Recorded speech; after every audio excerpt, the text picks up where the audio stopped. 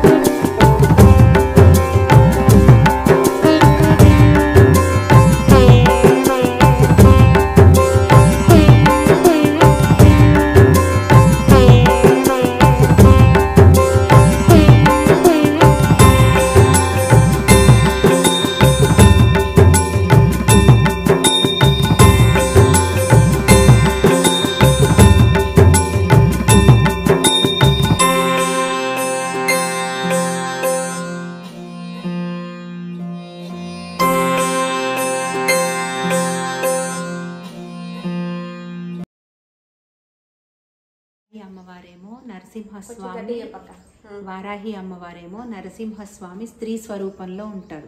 Face అలా ఉంటది అనమాట, నరసింహస్వామి ఫేస్ లాగా ఉంటది. వారాహి అమ్మవారేమో వరాహస్వామి ముఖం తోటి ఉంటారనమాట.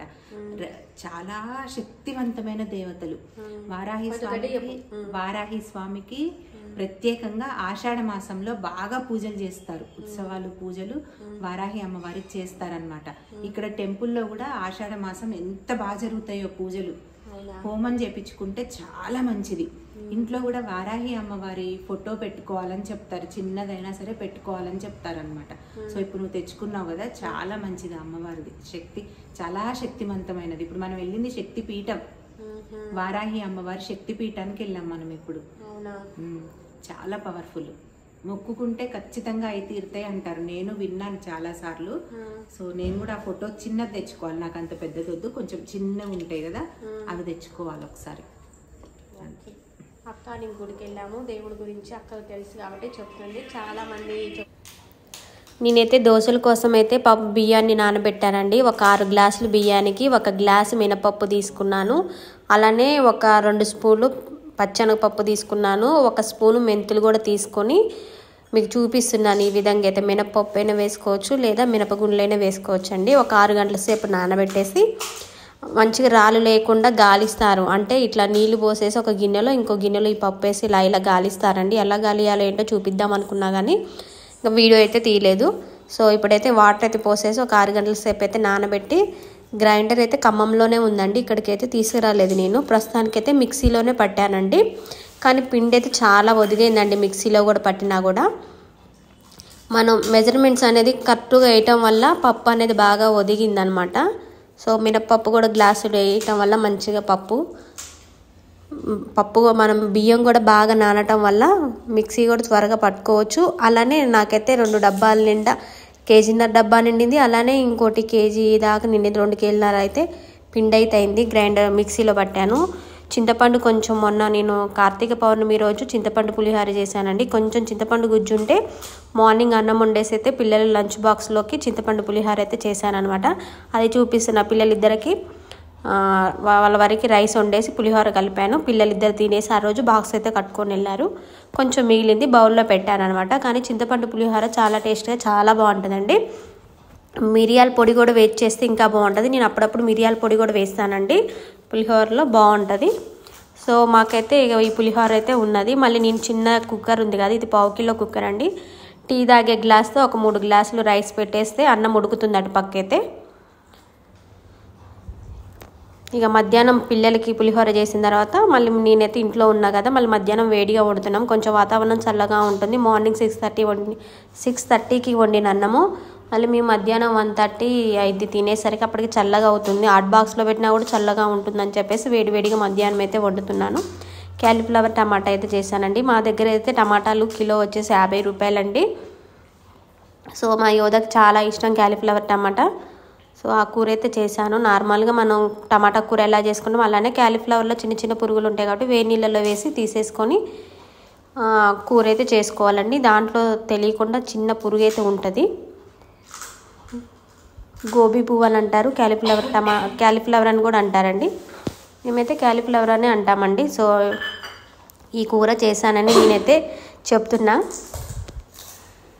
పిల్లలైతే స్కూల్ నుండి వచ్చారు, స్నాక్స్ అయితే తింటున్నారు, పక్కనే ఉన్నారు. సో దోశపిండి రుబ్బానని చెప్పాను కదండి, దోశపిండి రుబ్బానని చెప్పాక ఇగో ఈ డబ్బా మొత్తం నిండింది. అలానే ఇంకోటి కేజీ డబ్బా కూడా ఆల్రెడీ నేను సగమే పోసి పెట్టాను. ఈ పెద్ద డబ్బా అయితే ఫుల్గా నిండిపోయి బయటికి వచ్చేసింది పిండి అంతా. మళ్ళీ క్లీన్ చేసేసుకొని రుబ్బిన పిండిని నైట్ బయటనే పెడతాను, మార్నింగ్ ఫ్రిడ్జ్లో పెడతానండి. రుబ్బేటప్పుడు మాత్రం ఒక పిరికెడు అటుకులు కూడా నానబెట్టి వేస్తానండి. వేయటం వల్ల పిండి అనేది మంచిగా ఉంటుంది.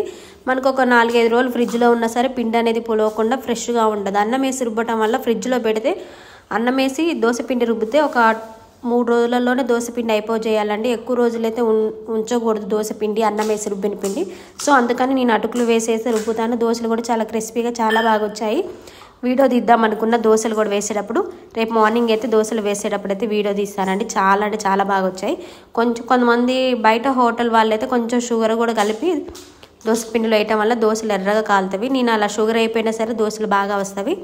సో ఈవినింగ్ అయితే పిల్లల కోసమని క్యారెట్, బీట్రూట్, బీన్స్, పిల్లలు క్యారెట్ జ్యూస్ తాగట్లేదు, అలానే బీట్రూట్ జ్యూస్ కూడా తాగట్లేదు అని చెప్పేసి నేనైతే కూర చేశానండి.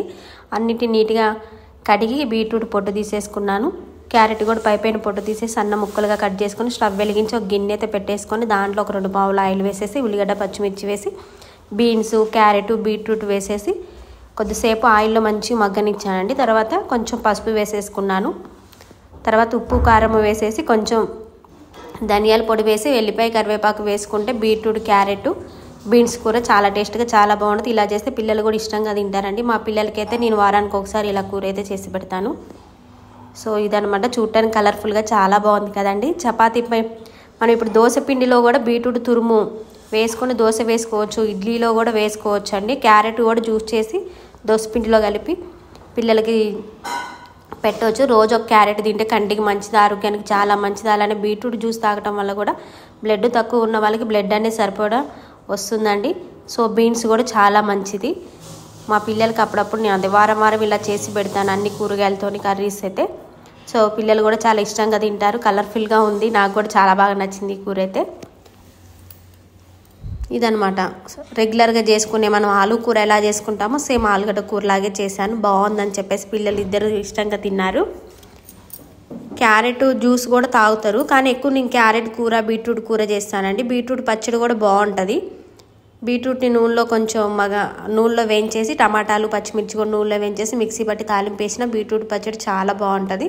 సో పిల్లలు బీట్రూట్ జ్యూసు కూర తినని వాళ్ళకి అలా పచ్చడి చేసి పెట్టినా కూడా వాళ్ళకి ఏదో విధంగా బీట్రూట్ అనేది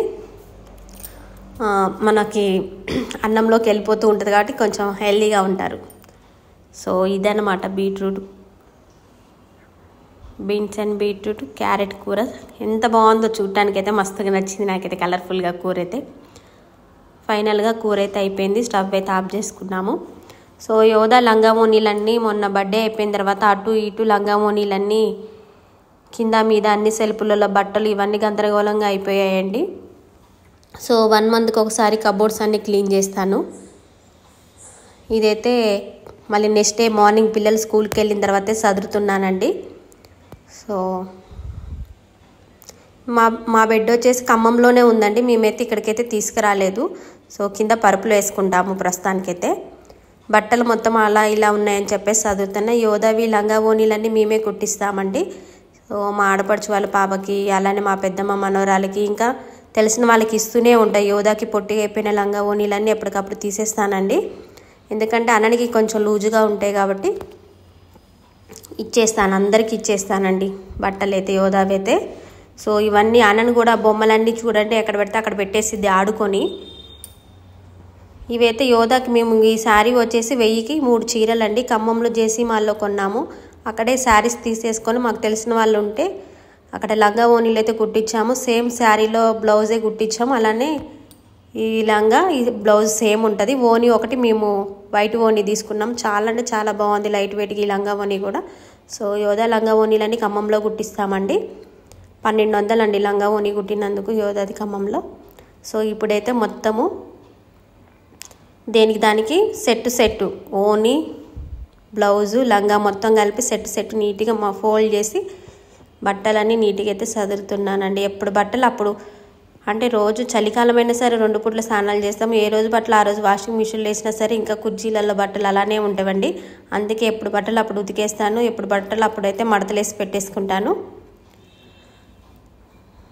చూసారు కదా, ఈ విధంగా అయితే బట్టలన్నీ మడతలు వేసుకొని మొత్తము ఒక కబోర్డు అంటే ఇది పెద్దగా ఉంటుంది సెల్ఫ్ మొత్తం కబోర్డ్లో.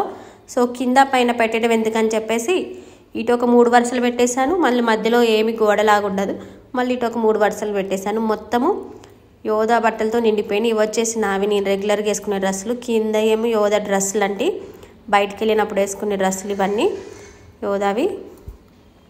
అనవి అయితే అనని ఎక్కువగా లెగ్గింగ్స్ టీషర్ట్స్ వేస్తుంది కాబట్టి తను అయితే అన్నీ ఒక సెల్ఫ్లోనే వచ్చేసాయి. సో మొత్తానికైతే కబోర్డ్ని ఈ విధంగా అయితే క్లీన్ చేసి పెట్టేసుకున్నాను అనమాట. పేపర్ అంతా తీసేసి పేపర్ వేసేసుకొని ఇలా బట్టలు ఇవైతే మా వారి టీషర్ట్లు షర్ట్స్, అలానే పైన ఐరన్ చేసిన షర్ట్స్ పెట్టేసుకున్నాను. అలానే వాచ్లు పెట్టుకునే బాక్స్, రెగ్యులర్గా రాసుకునే పౌడరు క్రీమ్ ఈ పిల్లలవన్నీ ఇక్కడ పెట్టేసుకొని కింద బెడ్షీట్లు అయితే ఈ విధంగా పెట్టేసుకొని చదువుకున్నాను. ఈ కబోర్డ్లోనైతే ఈ విధంగా అయితే క్లీన్ చేసి పెట్టేసుకున్నాను అనమాట.